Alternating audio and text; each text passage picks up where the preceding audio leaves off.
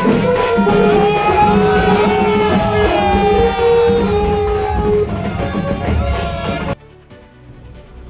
পশ্চিমবাংলার দিকে দিকে পালিত হচ্ছে রামনবমীর শোভাযাত্রা।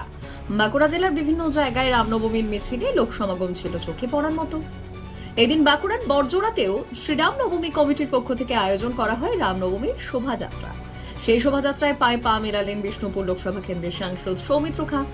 দেখা গেল রীতিমতো অস্ত্র উঁচিয়ে স্লোগান দিয়ে রামনবমীর মিছিলে হাঁটলেন সাংসদ সৌমিত্র। প্রসঙ্গত রামনবমীর মিছিলে অস্ত্র নিয়ে হাঁটা নিয়ে বিতর্ক দানা বেঁধেছে পশ্চিমবাংলার বিভিন্ন জায়গায়।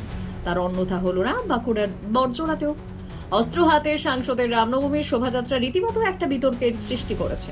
স্থান বিশেষে অস্ত্র নিয়ে রামনবমীর মিছিল নিয়ে নিষেধাজ্ঞা জারি করা হয়েছে কোর্টের তরফ থেকেও।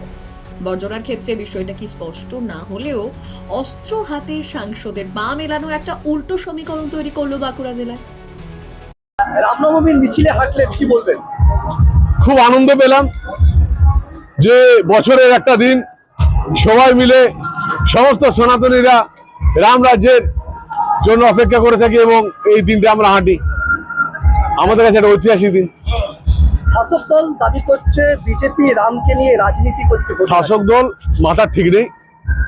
বিশেষ করে মমতা দিদি তো বলেছিলেন জয় শ্রীরাম বললে তো ভূত দেখতেন। এখন দেখছি সব প্রার্থীরা জয় শ্রীরাম করছে। যাই হোক, বিজেপি জয় শ্রীরাম বলা করতে পেরেছে। আসলে দিদি পুরোপুরি সনাতনী সমাজকে ভুলে যেতে চান, কিন্তু একটা ভাবতে হবে যে সনাতনী সমাজ ছিলেন বলেই আজকে উনি মুখ্যমন্ত্রী। আপনাকে আজ অস্ত্র হাতে দেখা গেল। অস্ত্র হাতে না, তরোয়াল একটা স্মারক, তরোয়াল ছিল না। আর লাঠিটা দেখেছেন নিশ্চয়ই, এটা তো থাকবেই। লাঠি নিজেদেরকে রক্ষা করতে, আর ক্ষত্রিয়রা তো আপনার তরোয়াল রাখে কারণে নিজেকে বাঁচতে, সেই জন্য হচ্ছে বাঁচার প্রতীক তরোয়াল। তার জন্য কি আত্মরক্ষার জন্য? আত্মরক্ষার জন্য অনেকেই ব্যবহার করে। আমরাও এখানে মিছিলে সব শুধু খাপটা ছিল। Bureau report, Rangamati express.